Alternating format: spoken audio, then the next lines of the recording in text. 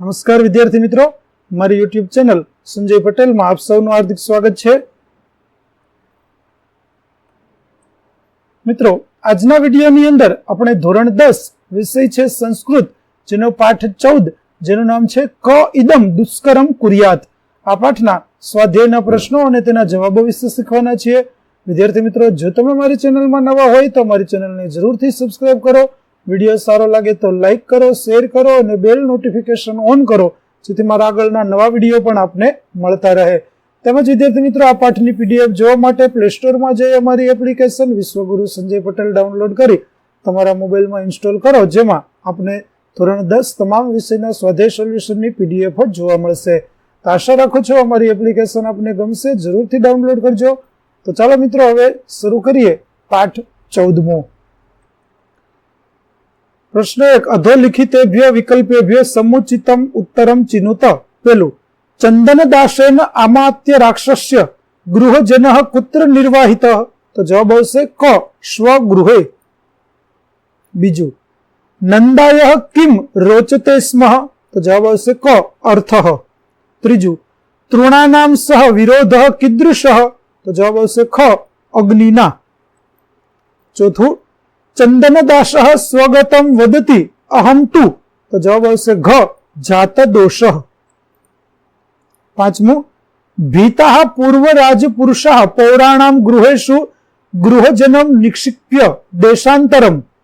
તો ઉત્તર આવશે ગ, વ્રજાંતિ. છઠ્ઠું, ચાણક્ય યદા આહ્વાયતિ તદા અપી સાસંક ભવતિ. તો જવાબ આવશે ક, નિર્દોષ. પ્રશ્ન 2. એક વાક્યને સંસ્કૃત ભાષાયામ ઉત્તર લિખત. પેલું, ચાણક્ય સ્વશિષ્યાય કિમ કથયતિ. ઉત્તર, ચાણક્ય સ્વશિષ્યાય કથયતિ વત્સઃ શ્રેષ્ઠી ચંદનદાસ અત્ર આનેતવ્ય. બીજું, ચંદ્રગુપ્તાય કિમ રોચતે. તો પ્રજાનામ પરિક્લેશા ભાવ એવ ચંદ્રગુપ્તાય રોચતે. ત્રીજું, ભૂપા પ્રીતાભ્ય પ્રકૃતિભ્ય કિમ ઇચ્છન્તિ. તો ભૂપા પ્રીતાભ્ય પ્રકૃતિભ્ય પ્રીતિ પ્રિયમ ઇચ્છન્તિ. ચોથું, ભીતા રાજપુરુષા કુત્ર ગૃહજનમ નિક્ષિપંતિ. તો ભીતા રાજપુરુષા પૌરાણામ ગૃહેશુ ગૃહજનમ નિક્ષિપંતિ. પ્રશ્ન 3. અધોલિખિતાનામ કૃદંતાનામ પ્રકારમ લિખત. પેલું, નિષ્ક્રમ્ય તો સંબંધક ભૂતકૃદંતમ. બીજું, નિર્વાહિત કર્મણિ ભૂતકૃદંત.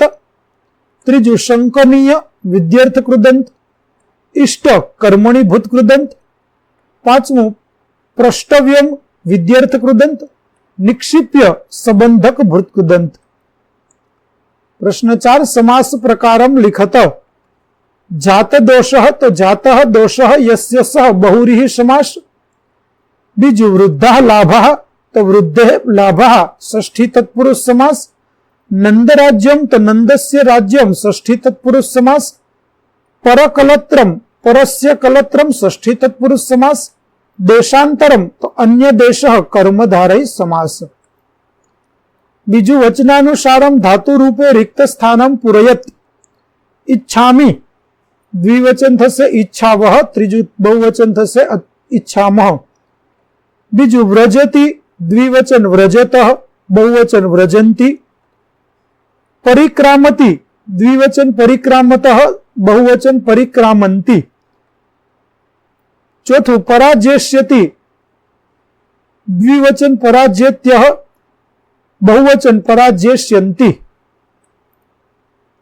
પ્રશ્ન 6. રેખાંકિતાનામ પદાનામ સ્થાને પ્રકોષ્ઠાતા ઉચિતમ પદમ ચિત્વા પ્રશ્ન વાક્યમ રચયત. પેલું, નંદસ્ય અર્થ સંબંધ પ્રીતિજનક. તો પ્રશ્ન વાક્ય થશે કસ્ય અર્થ સંબંધ પ્રીતિજનક. બીજું, એતત પ્રચ્છાદન દોષમ ઉત્પાદયતિ. તો પ્રશ્ન વાક્ય થશે કિમ દોષમ ઉત્પાદયતિ. ત્રીજું, અમાત્ય રાક્ષસ ચંદ્રગુપ્તમ ન પરાજ્યેતિ. જવાબ પ્રશ્ન થશે કહ ચંદ્રગુપ્તમ ન પરાજ્યેતિ. ચોથું, શિષ્ય ચંદનદાસેન સહ પ્રવિશતિ. પ્રશ્ન વાક્ય થશે શિષ્ય કેન સહ પ્રવિશતિ. પ્રશ્ન 7 ગુજરાતીમાં જવાબ લખવાના છે, જેમાં પહેલું, ચાણક્ય કઈ રીતે ચંદનદાસ પ્રત્યે આદર વ્યક્ત કરે છે?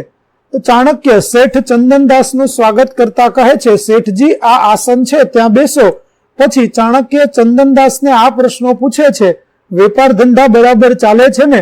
તમારા વૃદ્ધિના લાભ વધતા જાય છે ને? ચાણક્ય આ રીતે ચંદનદાસ પ્રત્યે અત્યાદર વ્યક્ત કરે છે. બીજું, ચાણક્યના મતાનુસાર નંદના અને ચંદ્રગુપ્તના રાજ્યમાં શું ફરક છે? તો ચાણક્યના મતાનુસાર ચંદ્રગુપ્તના રાજ્યમાં ધન કરતા પ્રજાના કલ્યાણનો વધુ ખ્યાલ રાખવામાં આવે છે. નંદના રાજ્યમાં ધનને મહત્વ આપવામાં આવતું હતું. ત્રીજો પ્રશ્ન, ચાણક્ય ચંદનદાસને ચંદ્રગુપ્તનો પ્રથમ વિરોધી કેમ ગણાવે છે? તો ચંદનદાસે ચંદ્રગુપ્ત રાજાના શત્રુ અમાત્ય રાક્ષસના પરિવારને પોતાના ઘરમાં આશ્રય આપ્યો છે, તેથી ચાણક્ય ચંદનદાસને ચંદ્રગુપ્તનો વિરોધી ગણે છે. ચોથું, ચાણક્ય ચંદનદાસને કઈ રીતે ભય બતાવે છે? તો ચંદનદાસ ચાણક્યને કહે છે કે એક સમયે મારા ઘરમાં અમાત્ય રાક્ષસનો પરિવાર હતો, હવે નથી. ચાણક્ય પૂછે છે કે હવે તે બધા ક્યાં ગયા? તો ચંદનદાસ જણાવે છે કે ક્યાં ગયા એ હું જાણતો નથી. ચાણક્ય ચંદનદાસને કહે છે કે હે રાજવિરોધીઓને રાજા ચંદ્રગુપ્ત અત્યંત ઉગ્ર દંડ આપે છે. આમ કહી ચાણક્ય ચંદનદાસને ભય બતાવે છે. પાંચમો પ્રશ્ન, રાક્ષસના પરિવારની સોંપણી કરવા અંગે ચંદનદાસ શું ઉત્તર આપે છે? તો ચંદનદાસ ચાણક્યને કહે છે કે શ્રીમાન, ઘરમાં અમાત્ય રાક્ષસનો પરિવાર હોય તો પણ હું તેની સોંપણી ન કરું. ન હોય તેનું શું? ચાણક્ય ચંદનદાસને પૂછે છે કે શું આજ તમારો નિશ્ચય છે? ચંદનદાસ ઉત્તર આપે છે કે હાજી, આજ મારો નિશ્ચય છે. તો વિદ્યાર્થી મિત્રો, અહીં આપણું પાઠ 14 ના સ્વાધ્યાયના પ્રશ્નો અને તેના જવાબો છે તે પૂરા થાય છે. આગળના પાઠના સ્વાધ્યાયના પ્રશ્નો અને તેના જવાબો મેળવવા માટે મારી ચેનલને જરૂરથી સબસ્ક્રાઇબ કરો. તેમજ PDF જોવા માટે પ્લે સ્ટોરમાંથી અમારી એપ્લિકેશન વિશ્વગુરુ સંજય પટેલ ડાઉનલોડ કરો, જેમાં આપણે ધોરણ 10 તમામ વિષયની સ્વાધ્યાય સોલ્યુશનની PDF મળી રહેશે. તો આશા રાખું છું અમારી એપ્લિકેશન આપને ગમશે. જરૂરથી ડાઉનલોડ કરજો. ફરી મળીશું નવા પાઠ સાથે પાઠ 15 ની અંદર. ત્યાં સુધી આવજો.